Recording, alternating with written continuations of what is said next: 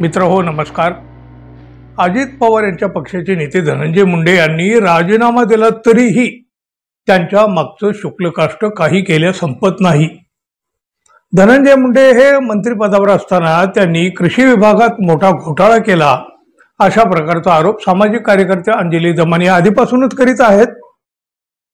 बीड इथल्या गुन्हेगारी प्रकरणी धनंजय मुंडे यांना राजीनामा द्यावा लागला। त्यानंतर काही काळ धनंजय मुंडे चर्चेतून काहीसे बाजूला गेले, पण आता मात्र पुन्हा एकदा मुंडे चर्चेत आले। अंजली दमानिया या सातत्यानं पुराव्यानिशी आरोप करीत होत्या। अखेर त्यांना अँटी करप्शन ब्युरोकडून एक समन्स पाठवण्यात आलं। त्यांनी जे आरोप केले होते त्या संदर्भात एसीबी कडून त्यांची चौकशी करणं आवश्यक होतं। अंजली दमानिया यांना अँटी करप्शन ब्युरोने बोलवल्यानंतर आज म्हणजे बुधवारी त्या अँटी करप्शन ब्युरो समोर उपस्थित झाल्या। धनंजय मुंडे यांच्या विरोधात असलेले पुरावे त्यांनी एसीबीला दिले। कथित कृषी घोटाळ्या संदर्भातचे हे पुरावे आहेत।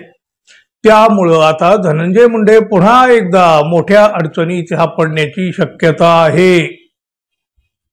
एसीबीला पुरावे दिल्यानंतर अंजली दमानिया म्हणाल्या, आता धनंजय मुंडे वाचणार नाहीत।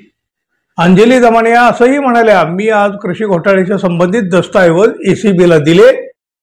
आत्ताच्या घटकेला मी एवढंच सांगेन की अँटी करप्शन ब्युरोने या प्रकरणी योग्य ती कारवाई केली तर याच्यातून धनंजय मुंडे वाचत नाहीत।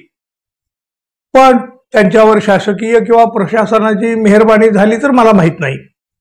पण आज जी काही माहिती मी दिलेली आहे ती अत्यंत खरी आहे, त्यात कोणतीही शंका नाही। मी दिलेले दस्तऐवज 3 कंपन्यांशी संबंधित आहेत। त्यापैकी 2 कंपन्यांमध्ये ऑफिस ऑफ प्रॉफिट होतं। त्यांनी म्हणजे धनंजय मुंडे यांनी पदावर असताना एवढा मोठा कृषी घोटाळा केला, त्यात पहिल्या टप्प्यात 341 कोटीपैकी 161 कोटी खाल्ले गेलेत।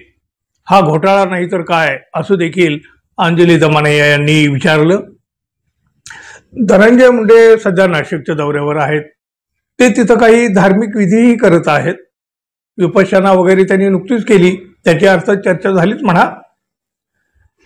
त्यांनी पत्रकारांशी संवाद साधण्यासाठी सुद्धा नकार दिला। पत्रकारांनी याविषयी अंजली दमानिया यांना छेडलं असता त्या म्हणाल्या, धनंजय मुंडे यांनी तोंडावर बोट ठेवलं असेल तर मी काय बोलणार। मी ज्या दिवशी कृषी घोटाळा उघड केला त्यानंतर लगेचच त्यांनी एक पत्रकार परिषद घेतली होती आणि त्यात त्यांनी सगळे आरोप चुकीचे असल्याचं म्हटलं होतं। एवढंच नाही तर त्यांनी मला वाटेल ती टोपण नावं देखील दिलेली होती। आज ती वेळ आली आहे। आज पेपरद्वारे मी शासनाकडे खरी माहिती पोहोचवली आहे। आता त्यांना प्रत्येक गोष्टीत पुरावे देण्यासाठी यावं लागणार आहे। माझे पेपर्स एसीबीने घेतलेत। आता माझे स्टेटमेंट झाल्यानंतर त्यांना या दोन्ही गोष्टी लावून सरकारकडे परवानगी मागायची असते की यांच्यावर कारवाई करायची की नाही। तिथे त्यांना परवानगी मिळाली तर पुढची चौकशी होईल, अन्यथा त्यांना म्हणजे धनंजय मुंडे यांना वरून दिलासा मिळाला तर काय होईल हे मला माहित नाही असं देखील अंजली दमानिया म्हणाल्या। म्हणजे त्यांना अजूनही संशय आहे की कारवाई होईल न होईल पुरावे देऊन सुद्धा। कथित कृषी घोटाळ्याचे आरोप चांगलेच गाजलेले होते, पण त्यात पुढे काहीच न झाल्यामुळं खरं तर आश्चर्य व्यक्त केलं जात होतं की एवढे मोठे आरोप आणि कार्यवाही नाही आणि कारवाई नाही।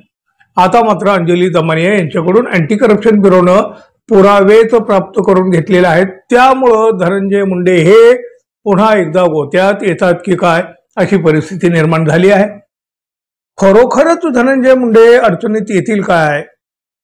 तुम्हाला काय वाटतं मित्रांनो, जरूर सांगा। आणि आपण अजून आपल्या चॅनलला सबस्क्राईब केलं नसेल तर कृपया सबस्क्राईब करावं ही अपेक्षा, ही विनंती। धन्यवाद। पुन्हा भेटू, तोपर्यंत नमस्कार।